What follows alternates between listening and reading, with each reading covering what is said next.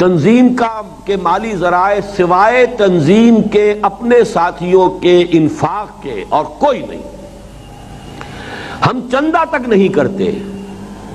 البتہ یہ کہ کوئی صاحب اپنے طور پر کسی وقت کوئی بات کرنا شامل ہونا چاہے کسی کام میں تو ہم اس کو رد نہیں کرتے، لیکن چندہ آج تک ہم نے کسی نے نہیں کیا، کسی شخص سے نہیں کہا جو تنظیم میں شامل نہ ہو.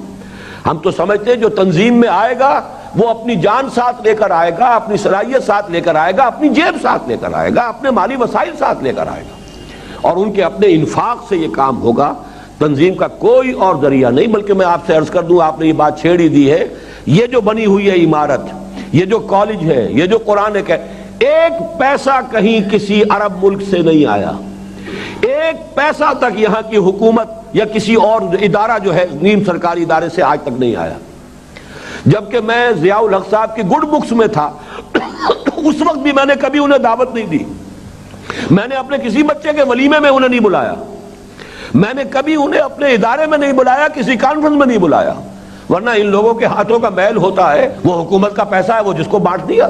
لیکن یہ کہ ایک پیسہ تک نہیں ہے، یہ میں دعوے کے ساتھ آپ سے کہہ رہا ہوں، اور ہمارے ایک ایک پیسے کا حساب ہے، دیکھ لیجئے. یہ سب اس میں البتہ یہ کہ صرف تنظیم کے لوگوں کا نہیں ہے، اور بھی جو انجمن کے ارکان ہیں یا انجمن کے ڈونرز ہیں، جو میرے ہم خیال ہیں، میرے دروس میں شریک ہوتے ہیں، ان کے پیسے ہیں. اور یہ بھی میں عرض کر دوں، آج تک مجھے کسی اپنے ان تینوں کاموں میں سے انجمن، تنظیم اور تحریک خلافت کبھی بھی پیسے کی کسی کمی کا احساس نہیں ہوا. کمی ہے انسانوں کی. انسان آرزوست، مجھے انسان چاہیے.